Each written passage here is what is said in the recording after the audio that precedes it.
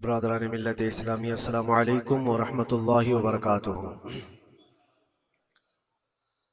الحمد للہ الحنان المنان الذي خلق الإنسان وعلمه البيان، والصلاة والسلام على رسوله سيد الإنس والجان وعلى آله وأصحابه ذوي الخير والإحسان، أما بعد فأعوذ بالله من الشيطان الرجيم، بسم الله الرحمن الرحيم۔ وجاهدوا في الله حق جهاده هو اجتباكم وما جعل عليكم في الدين من حرج إلى آخر هذه الآية، صدق الله مولانا العظيم۔ بارگاہ رسالت مواب صلی اللہ علیہ وسلم میں درود پاک کا ہدیہ پیش کریں۔ اللهم صل على سيدنا ومولانا محمد معدن الجود والكرم وآله وأصحابه الكرام وابنه الكريم وبارك وسلم صلاة دائمة سرمدا أبدا۔ گفتگو کے آغاز سے پہلے میں ایک ضروری بات آپ کے سامنے پیش کر دوں۔ مسجدیں اللہ کی عبادت کے لیے ہوتی، یہاں پر تعظیم کے لیے کھڑے ہونا جس وقت میں آ رہا ہوں یہ میں بالکل مناسب نہیں سمجھتا۔ اپنی اپنی جگہوں پر بیٹھے رہیں، کھڑے ہونا بلکہ اللہ کے نبی صلی اللہ علیہ وسلم نے یہ ارشاد فرمایا، جو بندہ یہ تمنا رکھتا ہے کہ لوگ اس کے لیے کھڑے ہوں، اللہ اس کو دنیا میں اور آخرت میں ذلیل فرمائے گا۔ ہمیں یہ ہرگز تمنا نہیں ہونی چاہیے کہ ہمارے لیے لوگ کھڑے ہوں، اور اللہ کی عبادت کے لیے آئے ہیں اور ہمارا سر یہاں پر صرف اللہ کی بارگاہ میں جھکنا ہے، اور یہاں پر اللہ اکبر جب کہا جاتا ہے اللہ سب سے بڑا ہے، پھر کسی کی طرف توجہ نہ ہو، باہر تعظیم و تکریم، عزت و وقار سب اپنی جگہ پر، یہ اللہ کا گھر ہے اور خالص اللہ کی عبادت۔ بہرحال درود پاک پڑھ لیں۔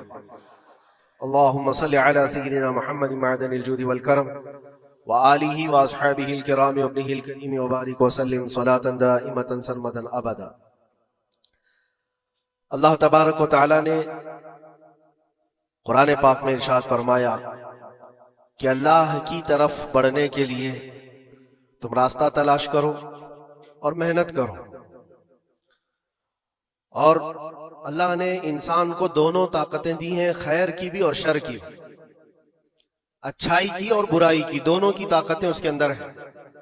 خیر والا جو مادہ ہے اس کو اچھائیوں کی طرف لے جاتا ہے، اور شر والا مادہ اس کو برائیوں کی طرف لے جاتا ہے۔ جب یہ دونوں چیزیں انسان کے اندر موجود ہیں تو انسان کبھی نیکیوں میں غالب آ جاتا ہے اور کبھی برائیوں میں غالب آ جاتا ہے۔ یہ شروع سے معاملہ چلا آ رہا ہے، اور انہی معاملات کو لے کر انبیاء کرام علیہ السلام بندوں کی ہدایت کے لیے آتے رہے۔ اللہ تبارک و تعالیٰ نے بندوں کو یوں ہی نہیں چھوڑ دیا، بلکہ اپنے پیغمبروں کو بھیجا، اور خیر اور شر کے درمیان تمیز سکھانے کے لیے انبیاء آتے تھے، یہی بتانے کے لیے کہ تم جس راستے پر چل رہے ہو اگر یہ غلط ہے تو غلط اور صحیح ہے تو صحیح۔ اور آخر نبی ہمارے آقا محمد صلی اللہ تعالی علیہ وسلم کے بعد پھر یہ کام امت کے علماء اولیاء انجام دیتے رہے۔ آج جو ضروری بات میں عرض کرنا چاہتا ہوں وہ یہ ہے کہ اسلام کا جو نظام ہے خیر کو پھیلانے کے لیے ہے اور شر کو دبانے کے لیے۔ اسلام پوری طاقت اس پر لگاتا ہے کہ خیر کا نشر ہو، اس کی تبلیغ ہو، اور برائیوں سے لوگ بچیں۔ اور آپ کو پتہ ہے اللہ تعالیٰ نے ہمارا لقب قرآن میں کیا بیان فرمایا، کنتم خیر امت، تم خیر امت ہو، یعنی بہترین امت ہو، اخرجت للناس، لوگوں میں اللہ نے تم کو سب سے بہترین امت بنایا۔ لیکن وجہ کیا ہے، کس وجہ سے تمہیں خیر امت کہا گیا؟ آگے خود اللہ تعالیٰ قرآن میں فرماتا ہے کنتم خیر امت اخرجت للناس تأمرون بالمعروف وتنہون عن المنکر، تم لوگوں کو اچھائی کا حکم دیتے ہو اور برائیوں سے روکتے ہو۔ یہ ہمارا خاصہ ہے، یہ ہماری اسپیشیلٹی ہے۔ اچھائیوں کی تعلیم دینا، اس کی ترغیب دینا، اس کی تبلیغ کرنا، اس کو پھیلانا، یہ اسلام کا نظام ہے، اور برائیوں سے روکنا یہ اسلام کا نظام ہے۔ اور خیر امت ہونے کے سبب آپ کو یہ کام کرنا ہی ہوگا۔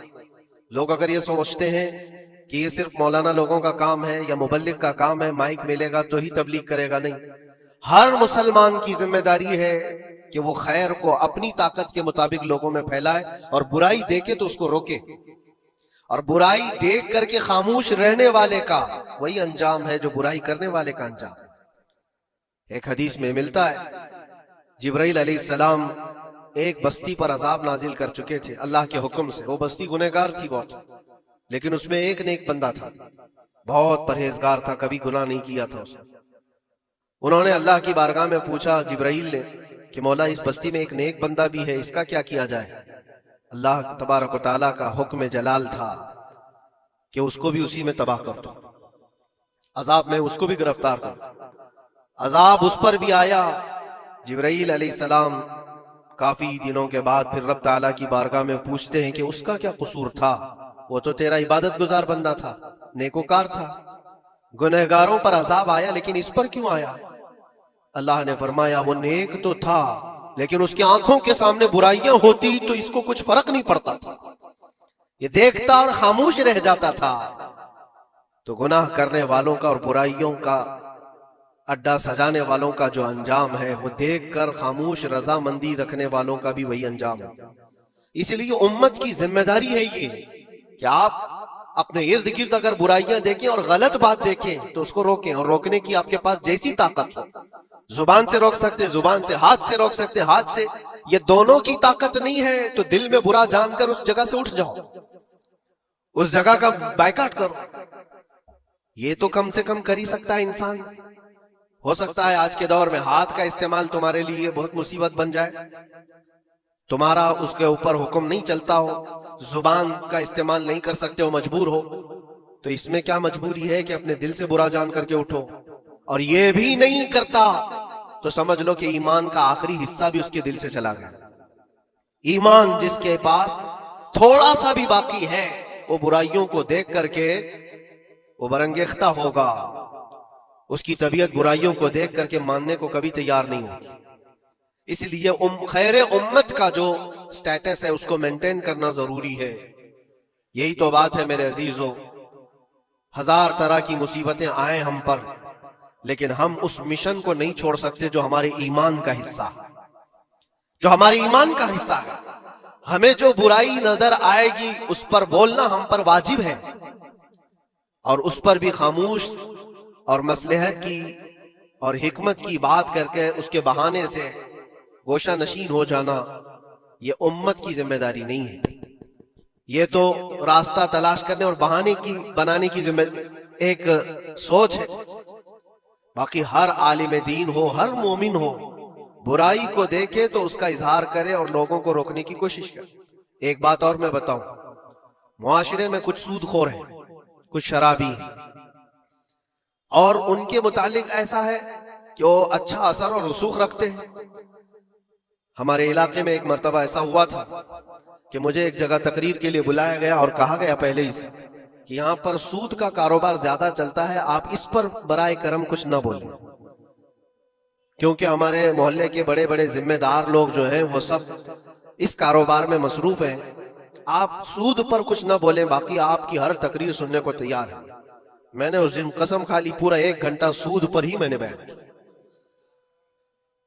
نہیں بلانا اس کے بعد نہ بلاؤ، لیکن ہم سمجھوتا اس بات پر نہیں کرتے کہ تمہاری طبیعت دیکھ کر کے بات کریں، ہم رسول اللہ کی شریعت دیکھ کر بات کریں۔ ایک عالم دین کا یہ حق ہے کہ وہ برائی کو دیکھے تو اس کا اظہار کر کے منع کرے۔ مخالفت ہوگی، ہمیں پتہ ہے، برائیاں کرنے والے کریں گے، لیکن یہاں پر ایک بات مجھے یاد آتی ہے، اس بزم میں مقصود ہے اصلاح مفاسد۔ نشتر جو لگاتا ہے وہ دشمن نہیں ہوتا۔ ڈاکٹر تمہاری پھوڑی کو اگر کاٹتا ہے چاقو سے تو وہ قاتل نہیں ہے، وہ کلر نہیں ہے، وہ تمہارے جسم سے پھوڑی کو کاٹ رہا ہے، وہ ناسور کو نکال رہا ہے۔ تمہارے اندر برائی کو اگر ہم روک رہے ہیں، برا تھوڑی دیر کے لیے لگے گا۔ اسی لیے میں اکثر ایک جملہ کہتا ہوں، بخار کی دوا کڑوی ہوتی ہے، نگل لو تو فائدہ ہے۔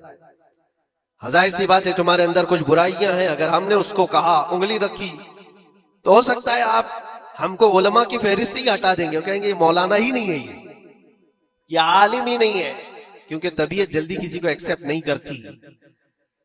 برائیوں سے روکنا ایک بہت بڑی ذمہ داری ہے۔ جانتے ہیں مکہ مکرمہ میں سارے لوگ حضور پاک صلی اللہ تعالی علیہ وسلم کے ایسے فدائی تھے. اعلان نبوت سے پہلے کی بات کر رہا ہوں. حضور کے اخلاق پر کوئی انگلی نہیں اٹھا سکتا تھا. جتنی اچھائیوں کا حضور نے حکم دیا سب کو وہ ایکسپٹ کرتے تھے, مانتے بھی تھے. لیکن جہاں برائیوں کے لیے روکا کہ یہ غلط ہے, اس کو ایکسپٹ کرنے کو طبیعت نہیں مانتی. اتنے سالوں سے ہم کرتے آ رہے ہیں, ابھی آپ آ کر روک رہے ہیں. یہی تو دشمنی شروع ہوئی. اور ہم یہاں پر اسی بات کے لیے کہتے ہیں کہ یہ اللہ کے نبی صلی اللہ تعالی علیہ وسلم کے فرامین کے مطابق اور قرآن کے مطابق ایک بڑا جہاد ہے. برائیوں سے لوگوں کو بچانا, روکنا اور اپنے نفس کو بچانا, یہی جہاد جس کے متعلق حدیث پاک میں ملتا ہے رجعنا من الجہاد الاصغر الى الجہاد الاکبر.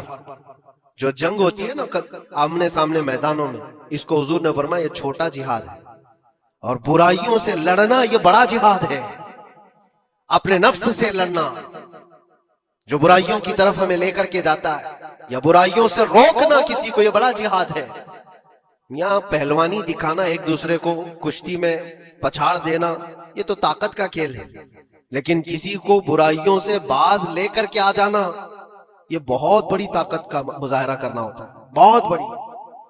اگر تمہاری زبان سے کوئی بچ گیا برائیوں سے تو سمجھ لو کہ تم نے اس کے ساتھ ایک بہت بڑا کار خیر کیا ہے. اللہ کے نبی صلی اللہ علیہ وسلم فرماتے ہیں حضرت علی سے, یا علی لَأَن يَهْدِيَ اللَّهُ بِكَ رَجُلًا خَيْرٌ لَكَ مِنَ الدُّنْيَا وَمَا فِيهَا. اے علی, تمہارے ذریعے سے اگر ایک آدمی بھی سیدھے راستے پر آیا تو پوری دنیا کمانے سے بہتر ہے تمہارے, پوری دنیا سے بہتر ہے. ایک آدمی اگر سیدھے راستے پر آ گیا تو اسلام کا پورا نظام یہ ہے خیر کی طرف لوگوں کو بلانا اور شر سے لوگوں کو روکنا. اور یہ ذمہ داری اگر قوم بھولتی چلی جائے گی تو یہ قیامت کی نشانیوں میں سے یہ بھی ہے. حضور پاک صلی اللہ تعالی علیہ وسلم نے ارشاد فرمایا لوگ اچھائیوں کا حکم دینا چھوڑ چکے ہوں گے, برائیوں سے روکنا بند کر چکے ہوں گے, حتیٰ کہ ان کے آنکھوں کے سامنے راستوں پر زنا ایسے ہوگا جیسے گدھے جوڑا کھاتے ہیں, جانور زنا کرتے ہیں, اس طرح سے انسان ان کے آنکھوں کے سامنے کیا کریں گے اور یہ کچھ نہیں کہیں گے. یہ طبیعت آتی جائے گی تو یہ قیامت کی نشانیوں میں سے. آج یہی حالات تو ہے. لوگ یہ کہتے ہیں کہ ان کا مسئلہ ان کے ساتھ, ہم کیا کہیں ان کے لیے. نہیں میرے عزیز, میں جو بات کہہ رہا تھا وہ بیچ میں رک گئی. معاشرے میں کبھی سود خور ہوتے, شرابی ہوتے, بہت سارے, اور غلط کاموں میں وہ ملوث ہیں. کیا چیز ہے ان کو توبہ کرنے پر, وہ واپس آنے پر مجبور نہیں کر رہی ہے؟ کون سی چیز ہے جو ان کو ان کے گناہ پر بڑھاوا دے رہی ہے؟ کیا چیز ہے, کبھی آپ نے سوچا؟ وہ چیز یہی ہے ہم سب کی. معاشرے میں اگر وہ غلط تھا تو ہم نے اس کے ساتھ دوستی ویسی ہی بنائی رکھی جیسے پہلے تھی. اس کو احساس ہونے ہی نہیں دیا کہ تو نے غلط کیا ہے یا غلط کر رہا ہے.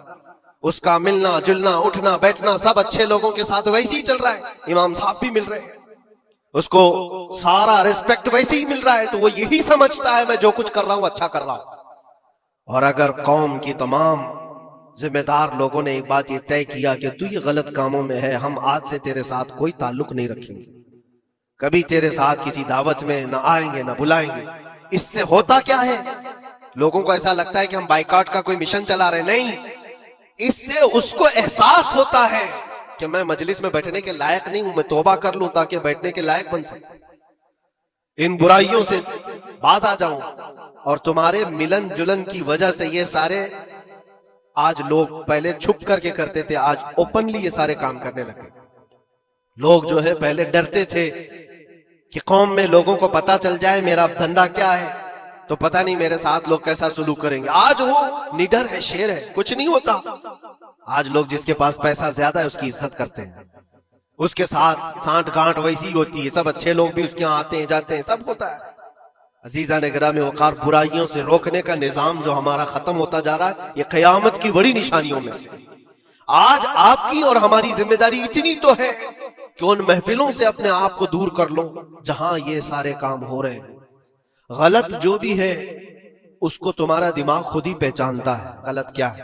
اللہ تعالیٰ نے اتنی ہدایت ہر بندے کو عطا کی, ہر بندے کو. اللہ نے قرآن میں فرمایا الم نجعل له عینین ولسانا وشفتین وہدیناہ النجدین, ہم نے دو چیزیں ایسی نہیں دی ہیں تمہیں جو خیر اور شر کو پہچانتی ہیں. ہر انسان, آپ کو کسی نے بتایا نہیں کہ آگ گرم ہوتی ہے بچپن سے, بتایا نہیں جاتا ہے. انسان اپنی خود تجربات سے یا دیکھ دیکھ کر کے سمجھتا ہے وہ آگ میں ہاتھ ڈالتا نہیں ہے. کیا اس کی کوئی ٹریننگ دی گئی ہے بچپن سے کہ آگ میں ہاتھ ڈالنا نہیں چاہیے؟ تمہاری طبیعت نے خود ہی فیصلہ کیا ہے کہ یہ جلاتی ہے چیز، یہ گرم ہے، یہ نقصان دہ ہے. تو یہ ہدایت اللہ نے ہر بندے کو عطا کی ہے. کیا آپ نے اپنے بچوں کو یا آپ کو کسی نے بچپن سے سکھایا ہے کہ جو گندگی ہے، جو غلاظت ہے، پخانا ہو، گوبر ہو، یہ نہیں کھایا جاتا؟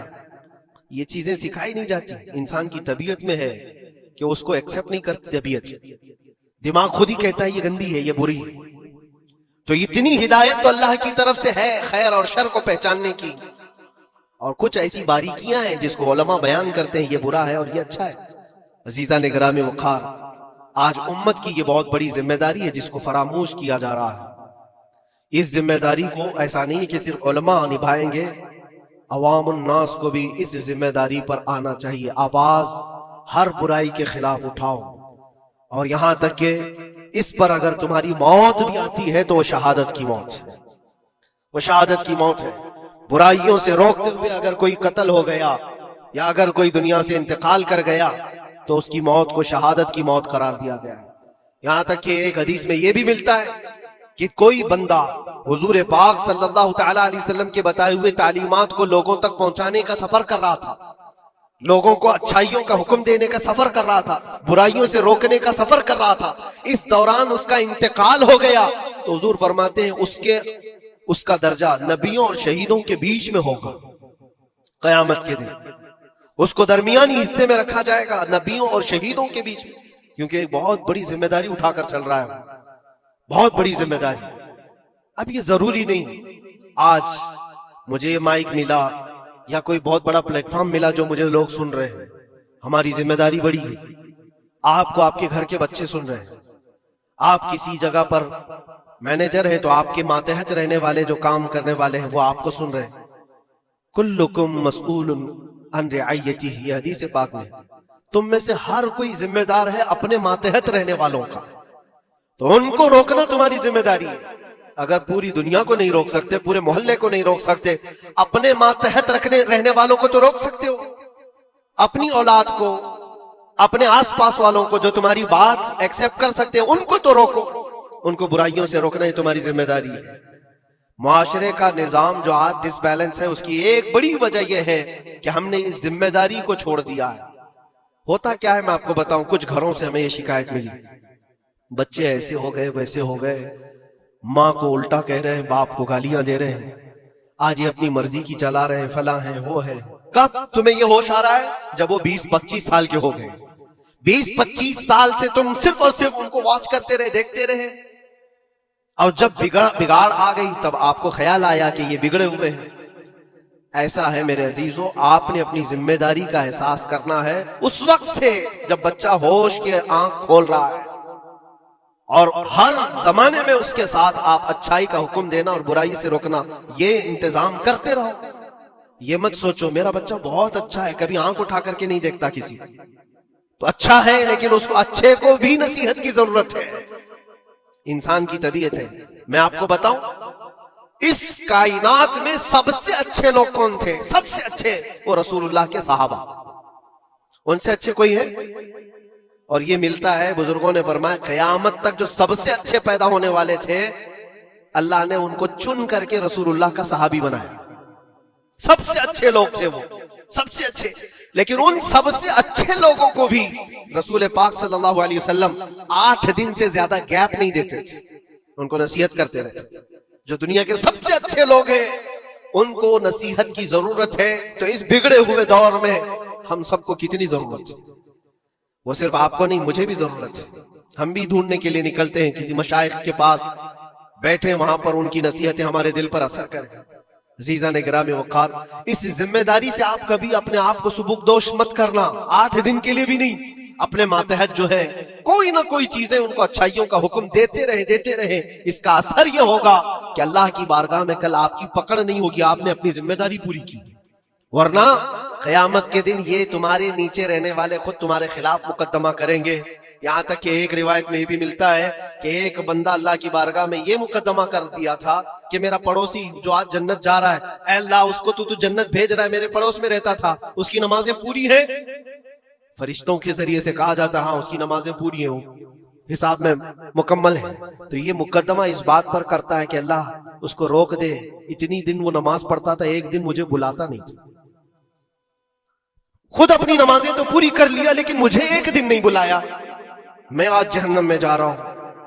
تو اسے روک کر کے پوچھا جائے گا کیا تیری یہ ذمہ داری نہیں تھی کہ تیرا پڑوسی تھا، تیری عزت کرتا تھا، تیرے ماتحت تھا، تو ایک دن بھی تو نے خیر کی طرف اس کو نہیں بلایا؟